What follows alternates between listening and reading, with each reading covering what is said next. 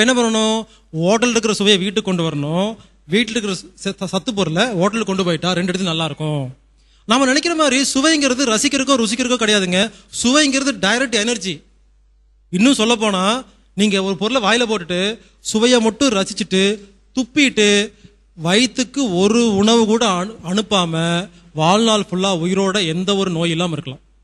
சுவையை மட்டும் ரசிச்சுட்டு, வெறும் சுவையை மட்டும் ரசிச்சிருக்கேன். ஏன்னா சுவையை சாப்பிட்டோன்னு எனர்ஜியா மாறிடுச்சு. உங்களுக்கு தேவை எனர்ஜி தானே. சாப்பிட்டு வயிற்றுக்குள்ள சாப்பாடு போய் தான் எனர்ஜி கிடைக்கணுமா? எனர்ஜி கிடைச்சா வாங்கிக்க மாட்டீங்களா? பாருங்க, சுவைங்கிறது நேரடியாக சக்தி. வெறும் சுவையை மட்டுமே ரசிச்சு வாழலாம். உடனே பயப்படாதீங்க, உங்களை சாப்பிட சொல்லுவேன், வெறும் துப்பிட்டுலாம் போக சொல்ல மாட்டேன். புரிஞ்சுக்கிறதுக்காக சொல்றேங்க, சுவைங்கிறது சத்துன்னு புரிஞ்சுக்கிறதுக்காக சொல்றேன். இப்போ இந்த ஃபேன் கரண்ட் மூலமா ஓடுது, பைக்கு பெட்ரோல் மூலமா ஓடுது. பெட்ரோலை கொண்டு வந்து ஃபேனுக்கு ஊற்றினா ஃபேன் ஓடுங்களா? கரண்ட்டை கொண்டு வந்து பைக்கில் வச்சா பைக் ஓடுமா? இதுவும் எரிபொருள், அதுவும் எரிபொருள். இதோட எரிபொருள் வேற அதிர்வு, அதோட எரிபொருள் வேற அதிர்வு, வைப்ரேஷன். இந்த மாதிரி நம்ம உடம்புல இருக்கிற அந்த சுவை இருக்கு இல்லைங்களா, ஒவ்வொரு சுவைக்கும் வேற வேற அதிர்வு. 5லேருந்து 10ன்னா துவர்ப்பு, 10லேருந்து 15ன்னா உப்பு. இந்த மாதிரி ஒவ்வொரு சுவைக்கும் ஒரு அதிர்வு இருக்கு, வைப்ரேஷன் மாறும். வேற ஒன்றும் கிடையாது, உலகமே வைப்ரேஷனுங்க, எல்லாமே வைப்ரேஷன். அப்போ சுவைக்கு வைப்ரேஷன் இருக்கு. நாக்கு அப்படிங்கிற அந்த மிஷினு புளிப்பு அப்படிங்கிற சுவையை எடுத்தாருன்னா ஆகாயம் அப்படிங்கிற அதிர்வா உடம்பு ஃபுல்லா மாத்தி விட்டுருவாரு. புளிப்பு அப்படிங்கிற சுவை நாக்குங்கிற அந்த டேஸ்டி பட்ஸ்ல போச்சுன்னா உடம்புக்குள்ள ஆகாயம் அப்படிங்கிற பிராணசக்தி கிடைச்சிரும். ஆகாயம் அப்படி பிராணசக்தி மூலமா இயங்குற உறுப்பு கல்லீரலும் பித்தப்பையும் கண்ணும். இதுக்கான உணர்ச்சி கோபம். ஆகாயத்துக்கும் புளிப்புக்கும் பித்தப்பையுக்கும் கல்லீரலுக்கும் கோபத்துக்கும் கண்ணுக்கும் சம்பந்தம் இருக்கு. அவங்கவங்க கண்ணு என்ன வடிவத்தில் இருக்குதோ அதே வடிவத்தில் தான் அவங்கவங்க கல்லீரல் இருக்கும். ஸ்கேன் பண்ணி பார்த்துக்கலாம். அவ்வளோ ஒற்றுமை இருக்கு. புளிய மரத்தை நாக்கில் வச்சு பாருங்க, அப்படி கண்ணு கூசும். ஏன்? புளிய மரம் நாக்கில் பட்ட உடனே நாக்கு புளி அப்படிங்கிற சுவையை ஆகாயம் அப்படிங்கிற சத்து பொருளாக மாற்றி உடம்பு ஃபுல்லாக விட்ட உடனே ஆகாயம் அப்படிங்கிற வைப்ரேஷன் மூலமா இயங்குற கண்ணு நிறைய சக்தி கிடைச்ச உடனே கூசுது. நைட்டு தண்ணி அடிச்சிட்டு ஒருத்தர் தண்ணி அடிச்சுட்டு படுத்துருவாரு, இவர் தூங்கிடுவாரு. இந்த கல்லீரல் தூங்குமா? கல்லீரல் என்ன பண்ணும்? தண்ணீர் அந்த ஆல்கஹாலெல்லாம் பிரிச்சுட்டு இருக்கும். நைட்டு ஃபுல்லா கல்லீரல் வேலை செஞ்சா கல்லீரல் உடம்புல இருக்கிற ஆகாயம் அப்படிங்கிற சத்து மூலமா வேலை செஞ்சிடும். நைட்டு ஃபுல்லா ஆகாய சக்தி தீர்ந்து போயிடும். காலில் எந்திரிச்சோன்னா ஏன் கண்ணு செவந்து போச்சுன்னா கண்ணில் பிரச்சனை இல்லை, உடம்புல ஆகாயங்கிற சத்து இல்லைங்கிறத கண்ணு காட்டுது. அதாவது கோபம் வந்தா கண்ணு செவந்து போயிடும். புரிஞ்சுக்குங்க, கண்ணில் பிரச்சனை இல்லை. கோபம் வந்தோம்னா கோபம் அப்படிங்கிற உணர்ச்சி நம்ம உடம்புல இருக்கிற ஆகாயம் அப்படிங்கிற பிராணசக்தியை மொத்தமா சாப்பிட்டுருவாரு. அப்ப கண்ணுக்கு தெம்பு இல்லாம சவப்பா இருக்கிறாரு.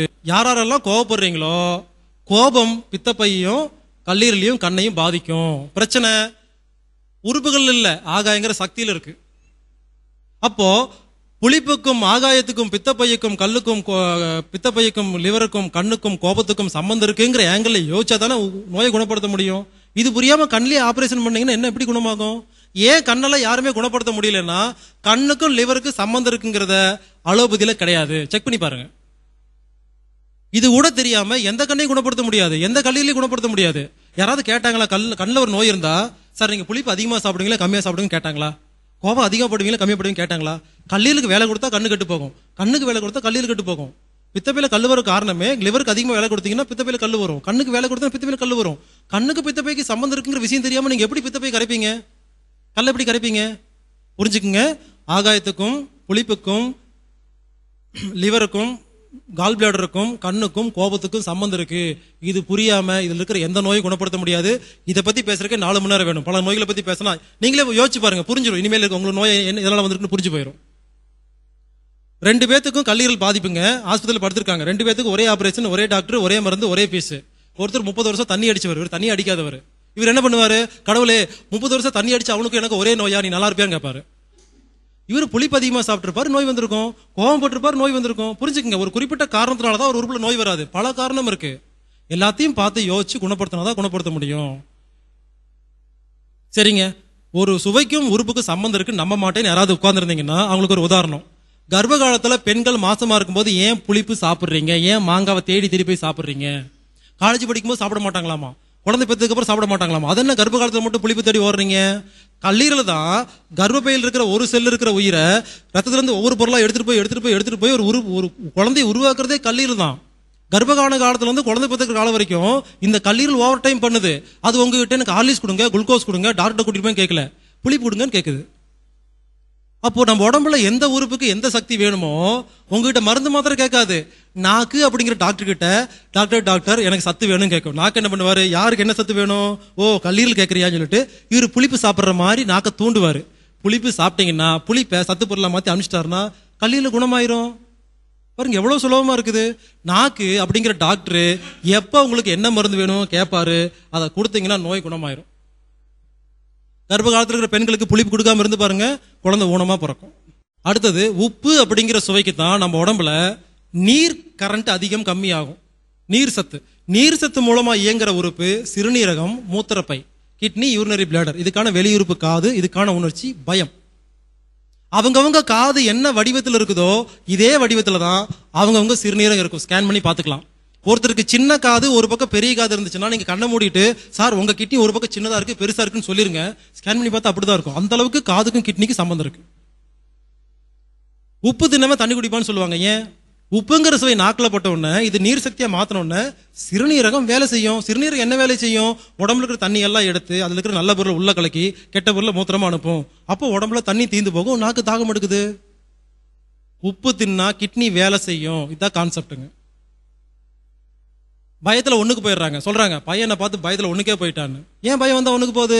பயம்ங்கிற உணர்ச்சி மனசுக்குள்ள வந்த உடனே நம்ம உடம்புல இருக்கிற நீர் அப்படிங்கிற சக்தியை மொத்தமா இந்த பயம்ங்கிற சுவை இது உணர்ச்சி சாப்பிட்டு போயிருது.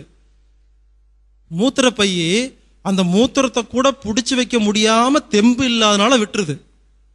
பிரச்சனை மூத்திரப்பையிலையா உடம்புல இருக்கிற பயத்திலையா? சில குழந்தைகள் பெட்ல யூரின் போயிருவாங்க.